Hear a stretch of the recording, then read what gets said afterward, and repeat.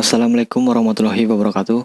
Perkenalkan, nama saya Revian Sahur Al-Hakim dari kelas F1A, NIM 20314141114101. Di sini saya akan menjelaskan materi dasar TI yang berjudul Internet. Sejarah berdirinya Internet. Pada awalnya, Internet didirikan oleh Departemen Pertahanan Amerika Serikat, yaitu ARPANET pada tahun 1969. Apa saja sih hal yang kita perlukan agar bisa tersambung ke internet? Yang pertama adalah perangkat yang digunakan. Kita bisa menggunakan komputer, laptop, ataupun handphone.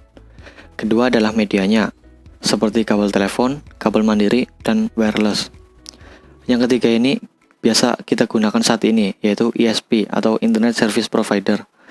ISP ini di Indonesia sudah beragam dan sudah tersebar di berbagai pelosok daerah. Kemudian, apa saja sih media yang dapat menghubungkan kita ke internet? Yang pertama ada modem, yang kedua ada kabel telepon, yang ketiga ada modem kabel, yang keempat ada satelit, dan yang terakhir adalah wifi atau jaringan 3G dan 4G. Lalu, kecepatan data dan transmisi. Hitungannya adalah bit per second. Untuk membuat satu karakter pada sebuah web, kita memerlukan 8 bit. Kecepatan internet saat ini sudah dibilang cepat dan bisa membantu kita berselancar di internet dengan lancar. Kemudian ada browser. Browser adalah suatu perangkat lunak yang kita gunakan untuk mengakses web. Contoh browser adalah Opera, Google Chrome, Mozilla Firefox, dan lain-lain. Yang kedua ada website. Website adalah lokasi dari alamat yang bersifat unik pada suatu server. Kemudian ada webpage. Webpage adalah halaman atau file yang ada di dalam website. Terdiri dari tulisan, gambar, suara, dan video. Kemudian ada homepage. Homepage adalah halaman utama ketika kita mengakses sebuah website. Kemudian ada URL. URL adalah Uniform Resource Locator. URL ini adalah karakter strings yang menunjukkan suatu informasi khusus pada web. Terdiri dari web protokol, nama domain, direktori, dan ekstensi. Kemudian ada nama domain. Nama domain adalah nama dari sebuah web yang sifatnya unik.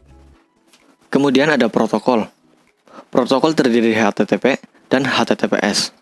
Bedanya, HTTPS adalah versi lebih aman daripada HTTP. Kemudian ada search service. Yang biasa kita gunakan adalah Google, dan itu adalah yang populer saat ini.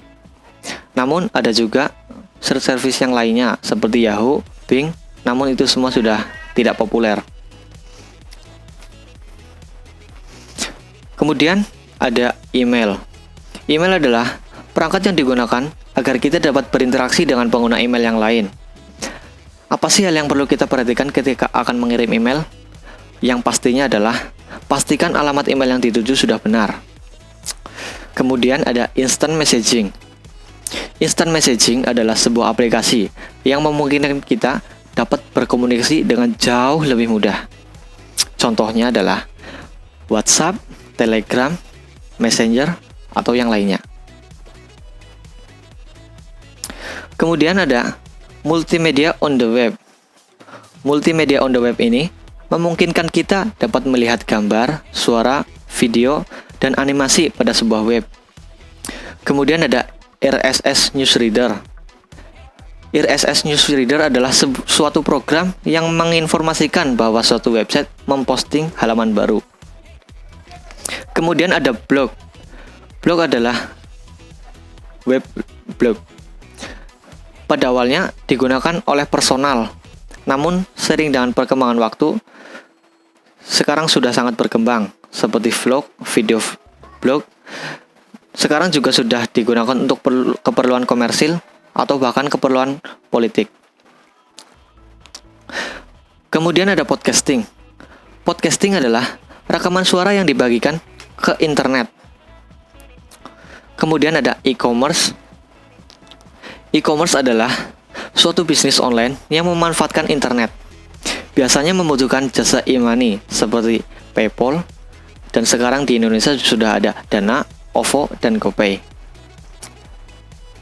Lalu, apa saja sih ancaman yang dapat terjadi di internet? ancaman yang dapat terjadi di internet itu banyak sekali. Contohnya adalah snooping. Snooping ini adalah kegiatan menangkap data email atau informasi dari orang lain. Kemudian ada spam atau email sampah. Spam ini biasanya adalah email yang dikirim secara random yang berpotensi membawa virus atau spyware. Kemudian ada spoofing. Spoofing yaitu penggunaan email palsu yang menyerupai email aslinya. Kemudian ada phishing. Phishing ini adalah suatu usaha yang dilakukan untuk mendapatkan akun atau data kita yang nantinya akan mereka salah gunakan. Kemudian ada farming. Farming adalah pada saat kita mengakses suatu halaman, kita diarahkan ke halaman yang lain, seakan-akan kita telah masuk ke halaman web yang benar. Kemudian ada cookies.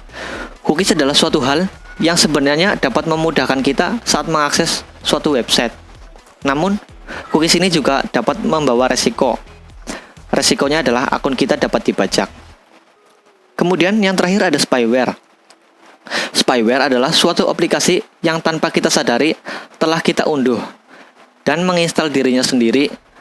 Kemudian spyware ini bertujuan untuk memata-matai kita saat menggunakan PC atau komputer. Sekian dari saya, terima kasih. Wassalamualaikum warahmatullahi wabarakatuh.